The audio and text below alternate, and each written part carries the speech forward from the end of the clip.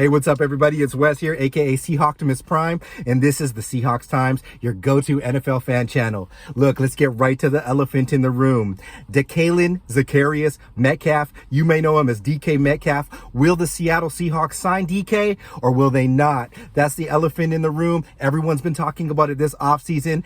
I'm going to cut through all the BS. The answer to this is yes. Yes, they will. It's just for a matter of how much. Does he deserve a huge contract to the level of Devontae Adams at this stage in his career? Tyreek Hill, those guys have done really big things, but I think DK Metcalf is really a unique player and could even, dare I say, have a higher ceiling than any of those players. Yes, Russell Wilson is gone, but we're going to get into the film study, and I'm going to let you know why. Not only should they pay DK, but he should be paid at an elite level. I'm going to cut through all the nonsense. Let's get right to it. Let's go. Separates the good players from the great players, and even further from the great players to the Hall of Fame level players.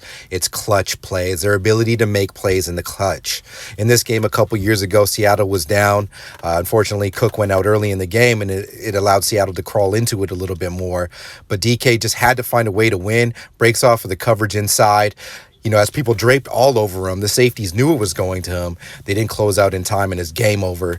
Metcalf, amazing athlete, great hands, such quick twitch ability for a person of his size. He's underrated in terms of his agility, and, he can hit you from all over the field. And these little crossing routes are what I'm excited about moving forward.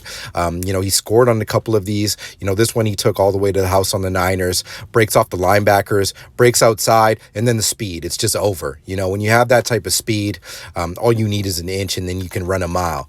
And DK has that. He gets knocked on his hands, but he has better hands than AJ Brown, actually, I think. And what I see here in this specific play, what I love is I think that this is a play they're going to use a lot with Metcalf and our other receivers. DK he can run all the routes. He can do the out routes, the comeback routes, the crossing routes, the go routes, the corner routes. He's a true student of the game.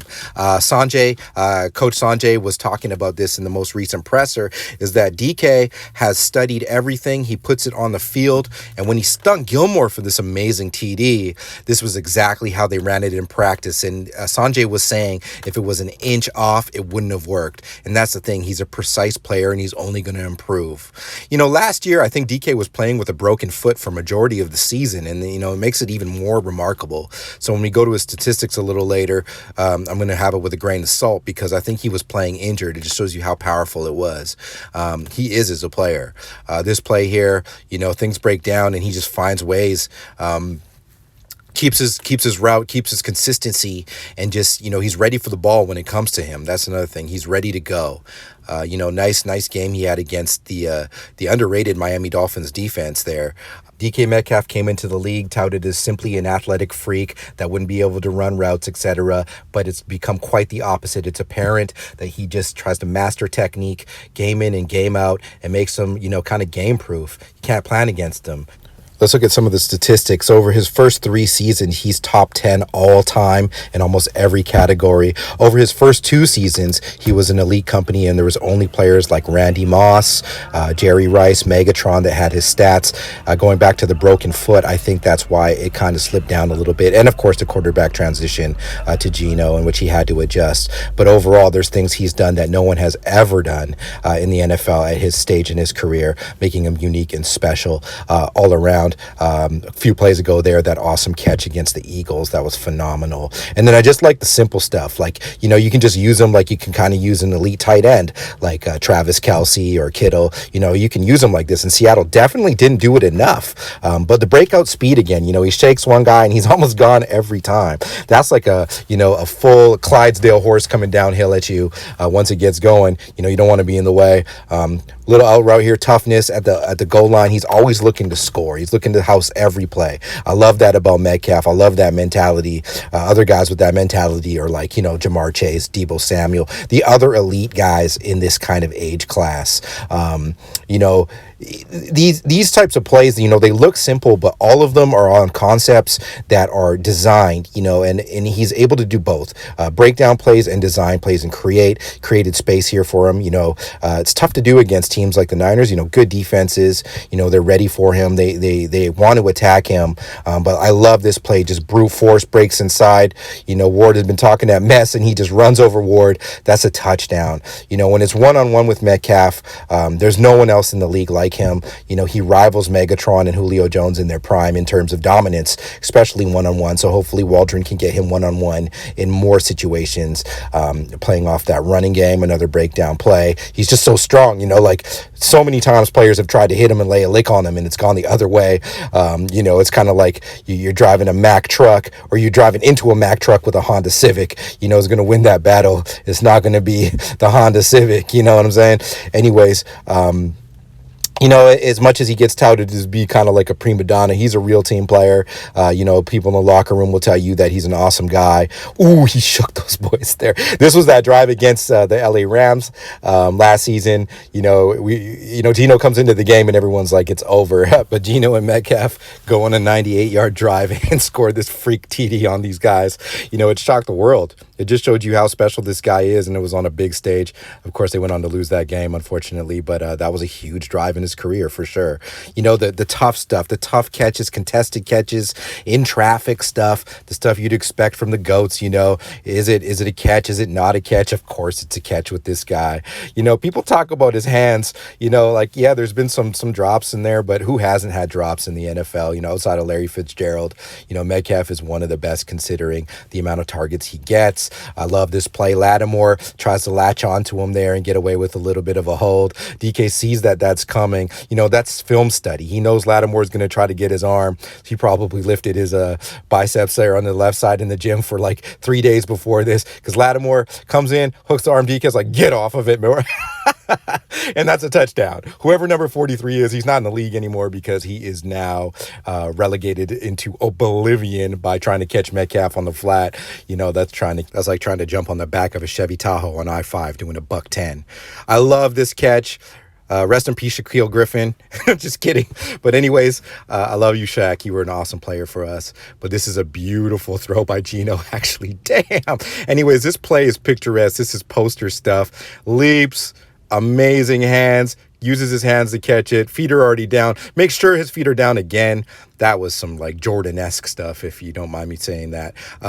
Another power out run here. I love that play, the Devontae Adams style of out route. Why don't we do that more often? For the love of God, golly geez.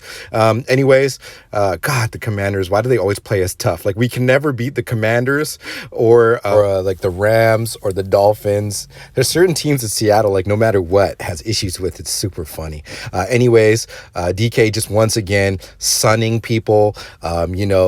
Sun god on the top of the pyramid on any route that exists. Get the ball up there, throw him the ball. You know what I'm saying? Like, I want to see him targeted more than ever this season. Just get the ball in his hands. This guy is Jerry Rice, Julio, Kyle Pitts, Fitzgerald the first.